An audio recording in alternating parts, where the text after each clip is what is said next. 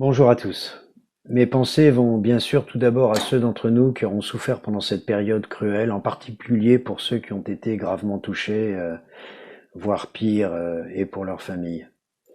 Au-delà de nos seuls licenciés, vers tous les joueurs de badminton, le sport que nous aimons tous et qui nous rapproche au-delà des petites différences que nous pouvons avoir.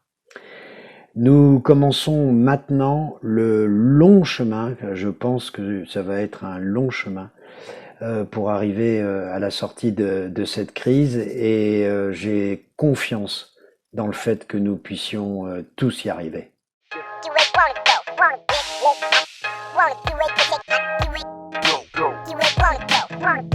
C'est la première bonne nouvelle, oui, mais en extérieur seulement pour le moment. Le badminton, qui est un sport très accessible et ludique, se prête admirablement à la reprise des activités physiques en extérieur dans cette période difficile puisque sport individuel et sans contact.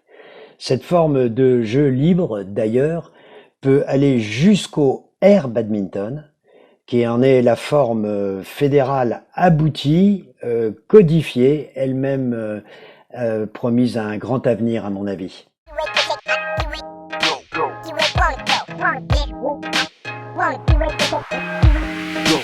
Le badminton ne fait pas exception aux contraintes actuelles de la vie sociale. Il faut ainsi strictement appliquer les gestes barrières, ne plus se serrer les mains, ne plus s'embrasser, ne pas se prêter son matériel ou ses affaires.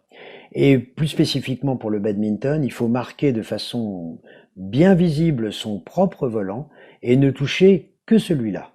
Le volant de son partenaire, si éventuellement il faut le lui renvoyer, il faut le faire simplement du bout de la raquette. Le lavage des mains doit être fréquent et bien sûr le port du masque ou de lunettes enveloppantes peut également être participer à la sécurité des pratiquants. Il faut enfin respecter scrupuleusement les règles de distanciation sociale et notamment ne pas se regrouper à plus de 10.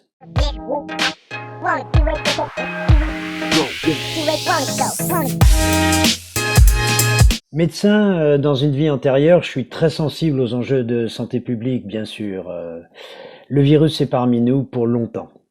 Euh, Probablement jusqu'à ce qu'un vaccin soit disponible. Et nous allons donc devoir vivre encore pendant de longs mois avec. Il faudrait pas que le badminton participe en quoi que ce soit à une reprise éventuelle de la flambée de l'épidémie. Et donc, respectons et faisons respecter les règles.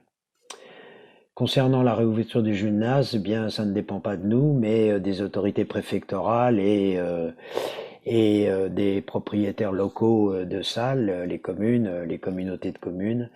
Espérons que ça puisse se faire le plus tôt possible, bien sûr.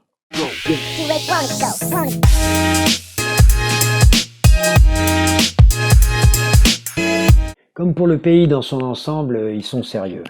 Nos joueurs, nos clubs, nos ligues, nos comités, la fédération sont tous impactés à des degrés divers. Il pourrait même y avoir des structures dont l'existence même serait compromise par les difficultés financières. Et il faut qu'elles nous en informent, si c'est le cas, le plus rapidement possible.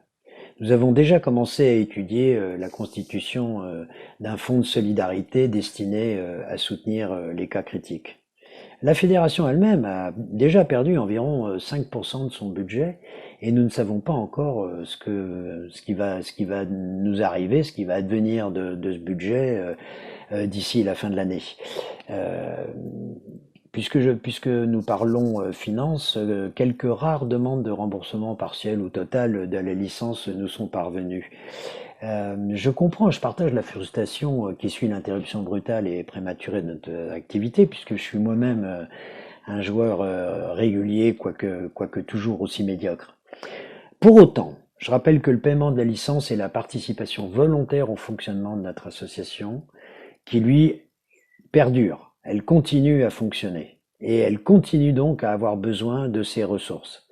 C'est pour ça que cette demande a été unanimement rejetée par toutes les fédérations olympiques. De plus, si on regarde bien les choses, la fédération n'est en rien responsable de cette interruption de l'activité. Nous sommes aussi victimes, comme les joueurs. Tout le monde est victime.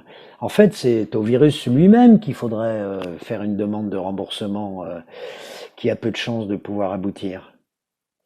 Voilà, nous étudions quand même la possibilité pour que les primo-licences de la saison 2019-2020 qui auraient été prises juste avant la mise en place du confinement et de l'interruption pour la fin de la saison de l'activité.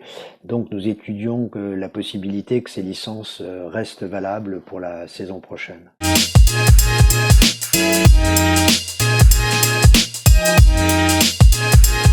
Comme toujours, et même encore plus dans cette période de crise, la fédération fait tout son possible pour vous accompagner et préparer l'avenir.